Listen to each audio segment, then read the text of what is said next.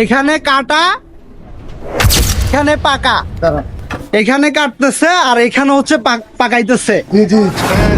কয় তার 80 80 দর হদ্দে নলা কি শরৎ না হদে 110 হ্যাঁ 80 বুঝতে বুঝছে আষ্টবিশ বস্তু বুঝছে আর চট্টগ্রাম মধ্যে বড় বড় হোটেল মধ্যে আরো 4 ভাত খেলে 62 বিলিজার গই কিন্তু ফক কলাই তারা খদ্দে আর কোরবানি বাজার টিয়া হামাই এমনি এখন দোয়া হামাই দি মাংস আপনারা এত বেশি কিভাবে দিচ্ছেন?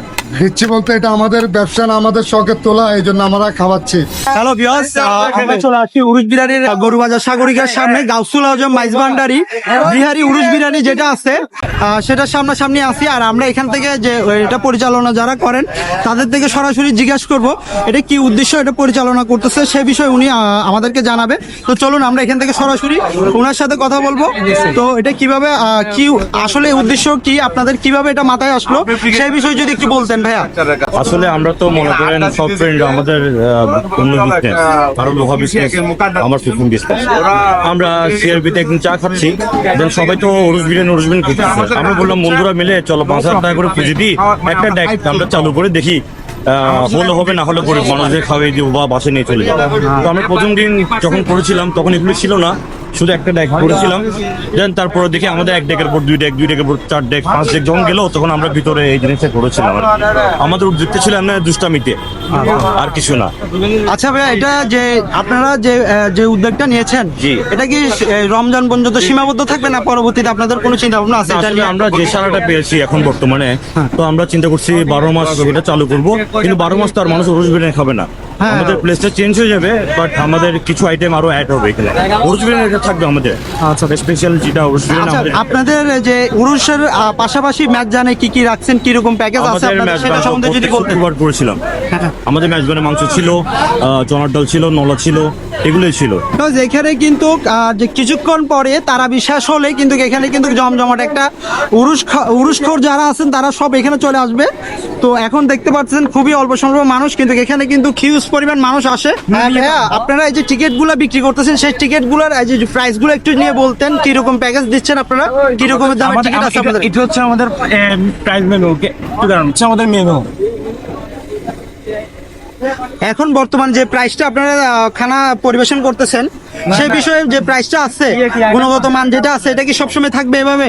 ইনশাআল্লাহ গুণগত মান যতটুকু আছে আরো আপডেট হবে ইনশাআল্লাহ। কাস্টমারের চাহিদা অনুযায়ী আরো আপডেট করবো আমরা। আজকের দিনের বেচার পরিমাণটা কেমন হয়েছে যদি সেটা জানাইতেন।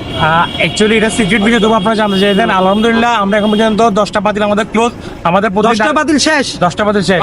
আমাদের প্রতিদিন টার্গেট থাকে 20টা। একটা গরু জবাই করছি, সেটা শেষ। এখন একটা অলরেডি প্রসেসিং চলতেছে, জবাই করছি। এটা আপনার ক্যামেরা এটা তো আমরা অবশ্যই আপনারা দেখতে পাচ্ছেন।